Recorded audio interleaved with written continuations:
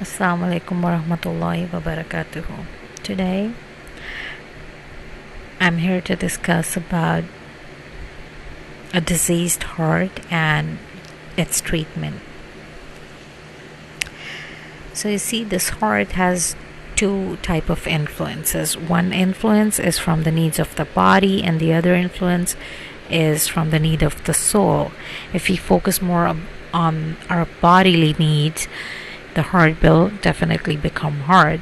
And if we focus all the time on our soul's needs, then there will be an imbalance created in our inside.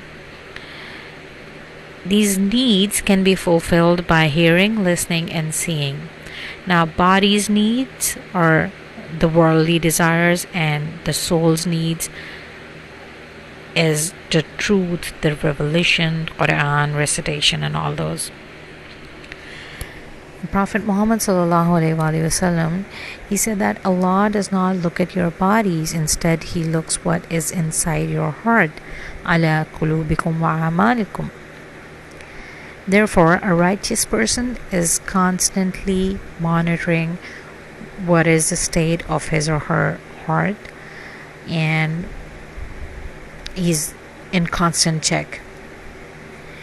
And the number one symptom of a diseased heart is that whenever that person is performing any act of worship, salah, azkar, dua, recitation, it becomes a burden on his body. He is not that into it, he's not enjoying it, he is not spiritually satisfied with whatever form of worship he's doing. He's just doing it for the sake of doing it, just like any other chore. And Allah mentions in the Quran about hypocrites that whenever they stand up in the salah, they're not energetic at all. In fact, they're lazy. So that's the first sign. Another sign is that whenever he is about to do some, anything where he can be aware of it, he is carefree. Basically, he is not able to differentiate between halal and haram. Now, this can be the matter of food choices or money matters or other matters in life. Another symptom is when a person commits a sin, and after committing that sin, he's not guilty at all. He's not ashamed. There is no bells ringing in his mind that he's done something wrong. Now, the pure state of heart, the ideal state of heart, is mentioned in the Quran. In Surah Nur, Allah says, Nurun ala nur. That's light upon light. And you know what these two lights are? This is an ideal situation of your heart when there is a meeting of the light of revelation entering inside the light of your heart. And when there is a connection of these two, a beautiful chemical reaction occurs, and that is when you have the spiritual high of your heart. And but the thing is that we are human beings. We cannot be in constant spiritual high. Our nafs keeps changing sides.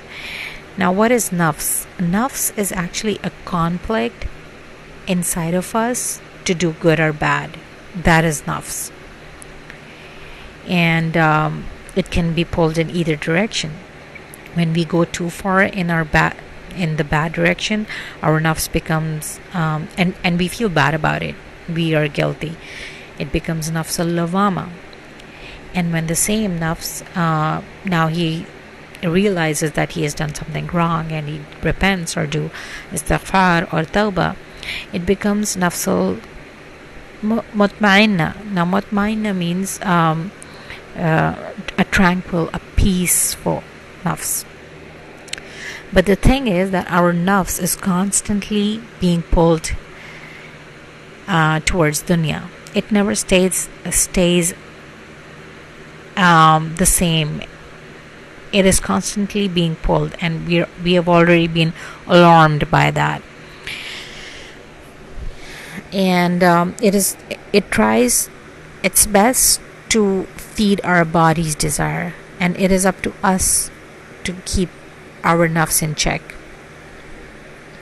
and it is up to us what we feed, what we are going to feed it. This world is constantly attracting and luring our nafs towards evil and its evil and dark side. Whenever we are about to commit a sin, there's a glimpse of guilt, just like a glitch on your TV screen, just for a second, where you're rechecking yourself and you have that gut feeling whether I should do it or not, and then you listen to that gut feeling and reassure yourself. That glitch, that glimpse, and that gut feeling, it's called ilham. When a person goes to a grocery store and he's about to steal something from the grocery store, when he's about to steal that thing, there will be a point before he draws his hand on to the object. He will rethink whether I'm gonna do it or not, and that is called ilham. And Allah has put this in our heart and made our nafs aware that it has an evil inclination already inside. So whenever you're about to commit a sin, there's an alarm system that goes on, and it is totally up to a person that whatever he's deciding at that moment. Now, the treatment of a hard or diseased or impure heart is only and only and only in the zikr of Allah, in the recitation, in prayers, in charity, in dua, in salah. Because in Quran it says, ala bi dhikrillahi tatma'innul qulub.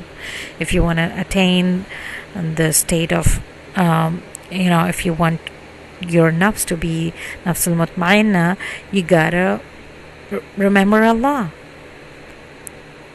So bottom line is, if you want to clean your heart, if you want to make your heart cure by all types of diseases, there's only one way, and that way is to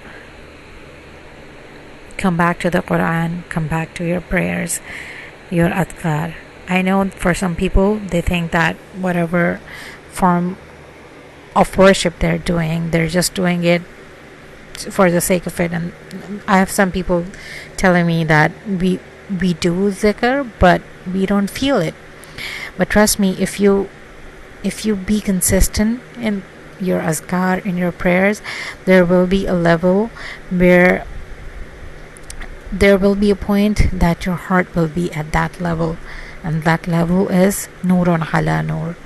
I wish every one of you attain that level, and I wish you guys have you guys have your nafs in a mutmain state. Jazakallah.